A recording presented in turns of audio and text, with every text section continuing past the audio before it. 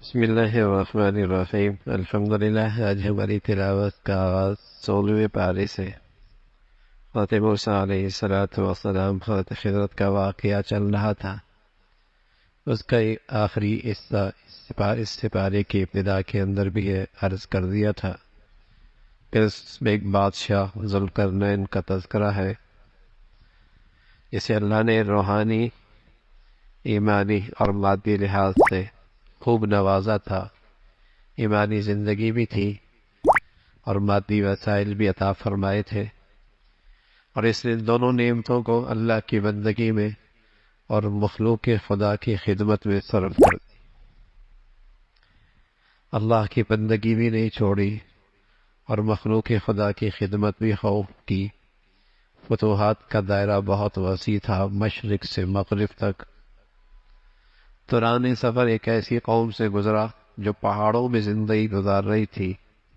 اس نے حضرت ذوالقرنین سے مدد چاہی کہ ایک درندہ صفت قوم ہے، یاجوج ماجوج، ہم پہ حملہ آور ہوتی ہے، بڑی وحشی قوم ہے، اس کی رکاوٹ کا انتظام کر دے۔ آپ نے ان کے لیے ایک مضبوط دیوار کھڑی کی۔ مفسرین نے لکھا قیامت کے موقع پہ وہ دیوار ٹوٹ جائے گی اور وہ درندہ صفت قوم شہروں کی طرف آ کر فساد مچائے گی۔ وہ اس دیوار کا بھی تذکرہ ہے۔ پھر فرمایا اللہ کا نافرمان برائی بھی کرتا ہے، اسے اچھا بھی سمجھتا ہے۔ کل آنکھیں کھلیں گی، سچائی سامنے آئے گی، برائی کا انجام بھی دیکھے گا۔ اللہ رب العزت کی بڑائی بہت ہے۔ ساری دنیا کی مخلوق اکٹھی ہو جائے اور ساری دنیا لکھنے پہ آ جائے، اللہ کی بڑائی ختم نہیں ہوتی۔ آپ علیہ الصلوۃ والسلام کی خاص شان ہے تو انسان، لیکن اللہ نے آپ کو نبوت کا تاج پہنایا ہے اور آپ کو امام الانبیاء بنایا ہے۔ اللہ کا کوئی شریک نہیں ہے، وہ ذات اپنے صفات میں اور ذات میں اکیلی ہے۔ پھر سورہ مریم کا تذکرہ ہے۔ ابتدا میں حضرت زکریا علیہ السلام کی دعا ہے۔ بڑھاپا، 120 سال کی عمر ہے، بیوی بھی بڑی عمر کی ہے، اور اللہ سے دعا کرتے ہیں، اللہ سر کے بال چمک رہے ہیں، سفیدی آ گئی ہے، چاندی کی طرح چمک رہے ہیں، لیکن تیری رحمت سے مایوس نہیں ہوں، بیٹا چاہتا ہوں، اولاد چاہتا ہوں، اور اس لیے نہیں کہ بیٹا میرے بعد میری جائیداد سنبھالے گا اور میری دکان اور میری فیکٹری سنبھالے گا اور میرا کاروبار سنبھالے گا، اس لیے کہہ رہا ہوں کہ جو دین کی وراثت ہے اسے سنبھالے، جو دین کی وراثت ہے اسے سنبھالے گا۔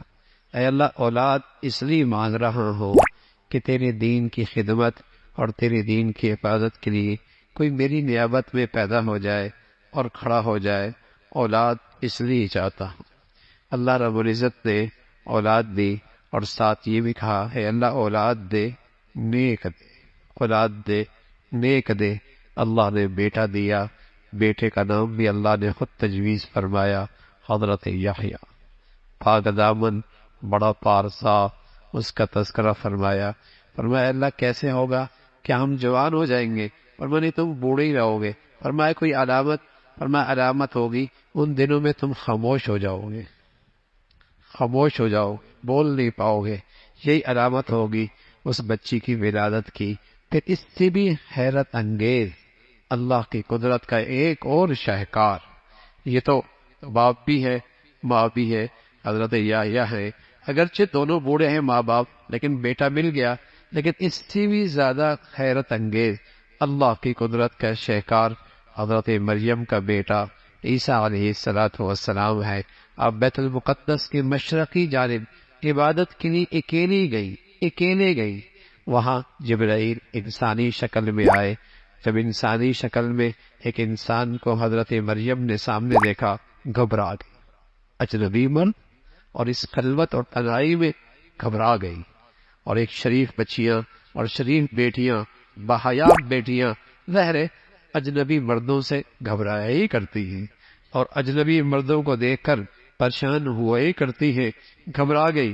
حضرت جبرائیل نے کہا نہ گھبراؤ، میں اللہ کا قاصد ہوں، تجھے بیٹے کی خوشخبری دینے کے لیے آیا ہوں۔ اس نے گریبان میں پھونک ماری، حضرت مریم امید سے ہو گئی، امید سے ہو گئی اللہ کی قدرت، لیکن گھبرائی اور ساتھ کہنے لگی کہ جب اس نے کہا کہ اللہ کا قاصد ہوں، اللہ آپ کو بیٹا دے گا، تو مریم اور گھبرا گئی۔ بیٹا میرا کسی مرد نے مجھے چھوا نہیں اور میں غلط عورت نہیں، تو میری اولاد کیسے ہوگی؟ فرمایا ہاں، اللہ کے لیے یہ سب آسان ہے، اور اللہ آپ کو اپنی قدرت کا نمونہ بنانا چاہتا ہے اور اپنی رحمت دکھانا چاہتا ہے۔ کچھ ہی وقت کے بعد حضرت مریم کا حضرت مریم کا بیٹا حضرت عیسیٰ علیہ السلام گود میں لے کر، لیکن انسان ہے نا، انسان ہے، گھبرائی، پریشان بھی ہوئی کہ بیٹا ہوگا، کیا دکھاؤں گی، کس منہ سے قوم کو منہ دکھاؤں گی، اور قوم کو کیسے مطمئن کروں گی، کیسے مطمئن کروں گی؟ بیٹا لے کے پہنچ گئی، اور اللہ نے حکم دیا بولنا نہیں ہے تم نے۔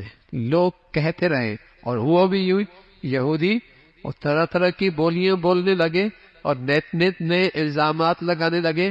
اے ہارون کی بہنا، تیرا باپ ایسا نہیں، تیری ماں ایسا نہیں، تو نے یہ کیا تماشا کیا ہے، اور تو نے کیا یہ ظلم کر دیا ہے؟ کیسی کیسی باتیں۔ عیسائی عیسیٰ علیہ السلام کے بارے میں غلط عقیدہ کہ اللہ کا بیٹا ہے، اللہ کا حصہ ہے۔ یہودی ایسے بے شرم ہے کہ آپ پر الزام لگا دیا کہ آپ پاک دامن نہیں، آپ پر الزام لگا دیا۔ لیکن مسلمانوں کا عقیدہ ہے حضرت مریم اللہ کی ایسی پیاری ایسی پیاری بندی ہے اور ایسی پارسا اور پاک باز ہے کہ ان کی پاک بازی کا اعلان اللہ نے معجزانہ انداز میں حضرت عیسیٰ علیہ السلام سے کروایا۔ معصوم بچہ، فرمایا آپ نہ بولنا، بچہ بولے گا۔ قوم سے کہا اس سے پوچھ لو، اشارے سے کہا اس سے پوچھ لو۔ قوم اور گرم ہو گئی اور چیخنے چلانے لگی، بچہ بولے گا، گھوڑے کا بچہ، دودھ پیتا بچہ، یہ کیسے بولے گا؟ اتنے میں بچہ بولتا ہے، قال انی عبد اللہ آتانی الکتاب وجعلنی نبیا وجعلنی مبارکا اینما کنت واوصانی بالصلاۃ والزکاۃ ما دمت حیا وبرا بوالدتی۔ یوں پوری تقریر کر دی، اور پہلا جملہ کہہ دیا انی عبد اللہ، میں خدا نہیں ہوں اور خدا کا حصہ نہیں ہوں اور خدا کا بیٹا بھی نہیں ہوں، میں اللہ کا بندہ، میں اللہ کا بندہ۔ ایسا جملہ کہہ دیا کہ پوری عیسائیت کی مذہبی عمارت دھڑم سے نیچے کے لیے، اللہ کا بندہ، میں خدا نہیں، خدا کا حصہ نہیں، خدا کا بیٹا نہیں۔ اور پھر اللہ نے مجھ پر نبوت بھیجی ہے، میں نبی کی نبوت مجھے ملی ہے، وہی بھیجی ہے، اور مجھے شریعت کا پابند بنایا ہے، نماز، زکوٰۃ، اور میں اپنے والدین کا فرما بردار ہوں، میں لوگوں کے لیے باعث رحمت ہوں، باعث نافع ہوں۔ اپنا تعارف کرایا، فرمایا یہ حضرت عیسیٰ علیہ السلام ہے، اس کا تذکرہ فرمایا۔ پھر حضرت ابراہیم علیہ السلام ہے۔ ایسے ماحول میں آنکھ کھلی کہ شرک ہی شرک ہے، گندگی ہی گندگی ہے، شرک کی نحوست ہی نحوست ہے، لیکن یہ اللہ کے دین کا داعی، موحد اعظم اپنے باپ کا ادب کا بھی خیال ہے، لیکن انہیں دعوت حق بھی دے رہے ہیں، توحید کی طرف بھی بلا رہے ہیں۔ یا ابت، اے ابا جان، آپ جس کی پوجا کر رہے ہیں نہ نفع دے سکتے ہیں، نہ نقصان دے سکتے ہیں، نہ سنتے ہیں، نہ جواب دیتے ہیں، شیطان نے کس راہ پہ ڈال دیا ہے، کیوں آپ کا شیطان کا ساتھی بنتے ہیں؟ سمجھایا اپنے ابا کو، باپ غضبناک ہو گیا، باز نہ آیا پتھروں سے مار مار کے سنسار کر دوں گا، باز نہ آیا پتھروں سے مار مار کے سنسار کر دوں گا۔ تنبیہ کی، سخت سرزنش کی، اور سخت جسے کہیں کہ دھمکی دی۔ حضرت ابراہیم علیہ السلام فرمایا اللہ سے آپ کے لیے ہدایت کی دعا کروں گا۔ پھر حضرت ابراہیم، حضرت اسماعیل، حضرت یعقوب، حضرت ادریس، ان بزرگوں کا اور اللہ کے ان پاک ہستیوں کا تذکرہ ہے۔ پھر فرمایا ان کے پیچھے نہ خلف آئے جو اپنی نفس پرستی میں لگ گئے، نمازوں کو ضائع کرنے لگ گئے، رائے حق سے رائے حق ان سے گم ہو گیا، اس کا تذکرہ فرمایا۔ پھر مشرک کہا کرتے تھے کافر، مرنے کے بعد دوبارہ زندہ ہوں گے، یہ کیسے ہو سکتا ہے؟ فرمایا ہاں تم پہلی بھی نہیں تھے، اللہ نے تمہیں پیدا کیا ہے۔ پھر آخرت کا تذکرہ، اور پھر کفار کا یہ کہنا مسلمانوں سے کہ دیکھو دنیاوی حیثیت سے ہم اچھے ہیں، خوشحالی ہمارے پاس ہے، وسائل ہمارے پاس ہے، مادی نقشے ہمارے پاس ہے، تمہارے گھر میں تو فاقے ہیں، تم بہتر ہو یا ہم بہتر ہیں؟ تم بہتر ہو یا ہم بہتر ہیں؟ وہ مادی لحاظ سے موازنہ کیا کرتے تھے، اور ان کے ہاں اللہ کے ہاں قرب کا معیار مادیت، مادی وسائل تھے۔ فرمایا نا انہیں کہہ دو پہلی قوم بھی بڑی مادی وسائل رکھتی تھی، بتاؤ ان کا انجام کیا ہوا؟ عاد کا، ثمود کا، صالح قوم صالح کا کیا انجام ہوا ان کا؟ اللہ کے ہاں اچھائی کا معیار ایمان کی زندگی ہے، چاہے وہ دولت کے اندر ملے، چاہے وہ فقر کے ساتھ ملے، خوش نصیبی اسی کی وجہ سے جس کے پاس ایمان اور ایمان کی زندگی ہے، اس کا تذکرہ۔ پھر آخرت میں ایمان والے کس پروٹوکول کے ساتھ اللہ رب العزت انہیں اپنے پاس بلائیں گے اور عزت بخشیں گے، اور منافق اور کافر جس ذلت اور رسوائی کے ساتھ وہاں لائے جائیں گے، اس کا تذکرہ فرمایا۔ قبر سے سب اکیلے اکیلے اٹھیں گے۔ ایمان کی ایک بڑی تاثیر، ایمان کی زندگی کی ایک بڑی تاثیر اللہ نے یہ بتائی ہے کہ دنیا میں اس تاثیر یہ ہوتا ہے کہ اسے محبت اور عزت کا ماحول ملتا ہے۔ جن گھروں میں اور جن خاندانوں میں اور جن کنبوں میں اور جن معاشرے میں ایمان کی زندگی ہوتی ہے، وہ محبتوں کی فضا ہوتی ہے، اور گناہ کی نحوست ہے، محبتیں رخصت ہو جاتی ہیں۔ کوئی گھر نہیں ملے گا، نہ جھونپڑی نہ کوٹھی، جہاں اللہ کی نافرمانی کھلے طور پہ ہو اور وہاں سکون اور محبتیں ہو، کوئی نہیں ملے، کوئی نہیں ملے گا۔ پھر سورہ طٰہٰ کا تذکرہ ہے۔ آپ علیہ الصلوۃ والسلام کو اللہ نے تسلی دی کہ ہم نے قرآن آپ پہ نازل فرمایا، لیکن آپ اس کی تلاوت میں اور اس کے دعوت میں اتنی مشقت نہ اٹھائیں۔ کھڑے ہوتے تھے اللہ کے نبی، پاؤں پہ ورم آ جایا کرتا تھا، پاؤں پہ ورم آ جایا کرتا تھا، تلاوت کرتے چلے جائے۔ اللہ نے اپنی حبیب کو تسلی دی۔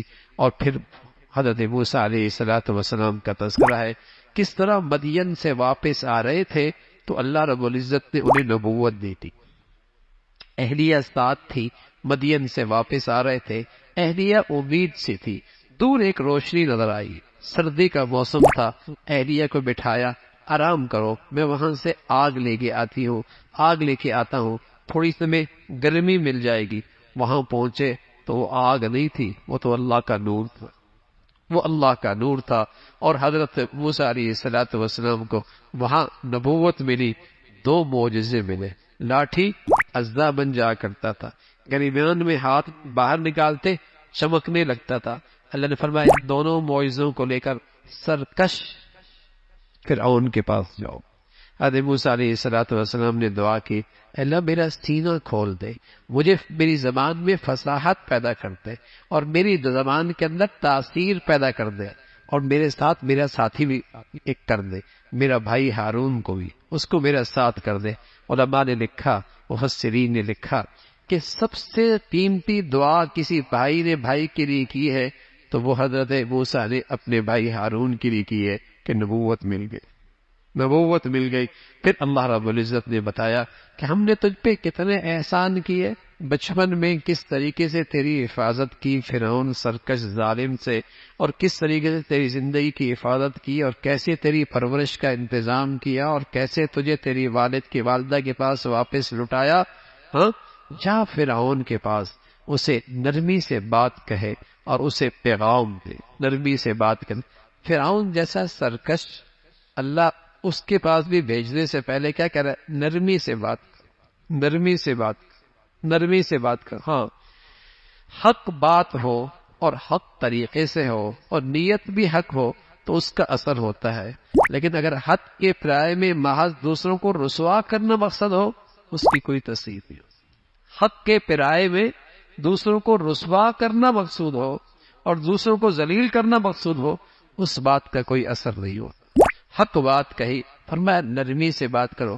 موسیٰ علیہ الصلوۃ والسلام فرمانے لگے اللہ بڑا سرکش ہے، خیال رکھ ظلم نہ کر دے ہم پہ، کہیں ظلم نہ کرے۔ حضرت موسیٰ علیہ السلام کو اللہ نے کہا گھبراؤ نہیں، میں ساتھ ہوں نا، میں ساتھ ہوں۔ کیا کہتا ہے میں سن لوں گا، کیا کرتا ہے میں دیکھ رہا ہوں، جائیے آپ۔ اللہ کا پیغام سنایا، اللہ کی بات سنائی، اور وہ کہنے لگا، اس نے بات کو گھمایا، کہا اچھا یہ بتاؤ ہمارے جو پہلے گزرے ہیں ان کا کیا ہوا؟ فرمایا ان کا علم اللہ کے پاس ہے۔ اور پھر اللہ کا تعارف کرایا، پھر انسان کی تخلیق مٹی سے ہوئی، مٹی میں واپس جائے گا، اور پھر موسیٰ علیہ السلام کو اللہ نے معجزہ دیا، اور معجزے کے بعد پھر اللہ نے تورات دی، اور تورات دینے کے بعد قوم کو اس تورات پہ عمل کرنے کی تلقین فرمائی۔ لیکن جب تورات لینے کے لیے گئے تو پیچھے ایک منافق تھا، ان کے درمیان بنی اسرائیل میں سامری، اس نے قوم کو بت پرستی میں مبتلا کر دیا، اس کا تذکرہ۔ پھر موسیٰ علیہ السلام کے مقابلے میں جادو آئے، ان کو ناکامی ہوئی، وہ ایمان لے کے آئے، اب اپنی قوم کو لے کر رات کو نکلے، اور اس سامری کی وہ سازش جس سے بنی اسرائیل کے اندر شرکی رسوم آ گئی، اس کا تذکرہ فرمایا۔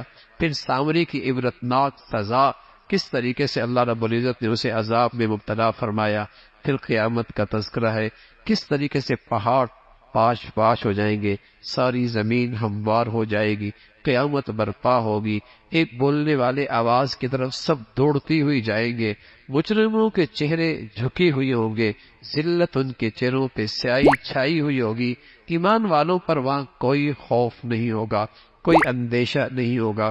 پھر اللہ رب العزت نے اس کائنات کی ابتدا حضرت آدم کا تذکرہ فرمایا، کیسی پیدائش فرمائی، اور پیدائش کرنے بننے کے بعد جنت میں کس طریقے سے ان سے بھول ہو گئی، اور کس طریقے سے شیطان نے انہیں ورغلایا، اور پھر اللہ نے ان کی غلطی کو معاف فرمایا، تو سبق دے دیا کہ آدم سے بھی غلطی ہو گئی، اللہ نے توبہ قبول فرمائی، آدم کی اولاد سے بھی غلطی ہو گئی، تو غلطی ہوگی تو تمہارے ابا نسخہ لے کے آئے ہیں غلطی کی ازالے کا، وہ ہے توبہ اور استغفار۔ بیماری بھی ہے تو تریاق بھی ہے نا بھائی، بیماری ہے تو تریاق بھی ہے، یہ بڑی خوبی کی بات ہے۔ اللہ رب العزت گناہ کے بعد توبہ کی توفیق دے دے۔ اللہ کے نبی بھی دعا کیا کرتے تھے، اللہ مجھے ان لوگوں میں شامل فرما جو نیکی کرے اور خوش ہو، غلطی کرے تو معافی مانگے، غلطی کرے تو معافی مانگنا، یعنی امت کو نصیحت فرمائی کہ یہ بڑی خوش نصیبی کی بات ہے کہ نیکی کی توفیق ہو تو اندر خوشی ہو جائے، غلطی ہو جائے تو معافی کی توفیق ہو جائے۔ پھر اللہ رب العزت نے قانون بتایا کہ جو بھی قرآن کی اس ہدایت سے اعراض کرے گا ہم اس کی زندگی تلخ کر دیں گے۔ یہ جو خودکشیاں کرتے ہیں یہ جھوپڑیوں والے اس صرف نہیں کرتے، کچے مکان والے نہیں کرتے، جو معاشی تنگی میں مبتلا ہوتے ہیں وہ نہیں کرتے، جن کی آمدنی نہیں ہوتی وہ نہیں کرتے، بلکہ خودکشیوں میں جاپان دنیا میں دوسرے نمبر پر ہے، یورپ کا ملک پہلے نمبر پر۔ خوشحال ملک، خوشحال دنیا، اونچی سوسائٹیاں، صاحب حیثیت لوگ، بچیاں بچے 40 22 23 سال کے خودکشیاں۔ ومن اعرض عن ذکری، قرآن کا نور جب زندگیوں میں نہیں ہوگا زندگی تلخ ہو جائے گی، زندگی تلخ ہوئی۔ آپ سوچ سکتے ہیں جو آدمی اپنی جان لیتا ہے اس کی زندگی اندر سے کتنی تلخ ہو، جو اپنی جان ختم کرتا ہے وہ اندر سے کتنا پریشان ہوگا۔ قرآن کا قانون ہے، اللہ کا بتایا ہوا ہے، جب قرآن کی زندگی سے اعراض ہوگا زندگی تلخ ہوگی، اس دنیا چین نہیں ملے گا، سکون نہیں ملے گا، چین نہیں ہوگا، سکون نہیں ہوگا، اور کل قیامت میں ایسے لوگ اندھے اٹھائے جائیں گے اور کہا جائے گا تم دنیا میں ہماری ہدایات سے اندھے تھے نا۔ فرمایا ایمان والوں سے تلقین فرمائی دنیا کی چمک دمک پہ نظریں اٹھا کر نہ دیکھو، یہ ظاہری چیز ہے، اللہ کے ہاں جو کچھ ہے اہل تقوی اور نیک لوگوں کے لیے بہت بڑھیا ہے۔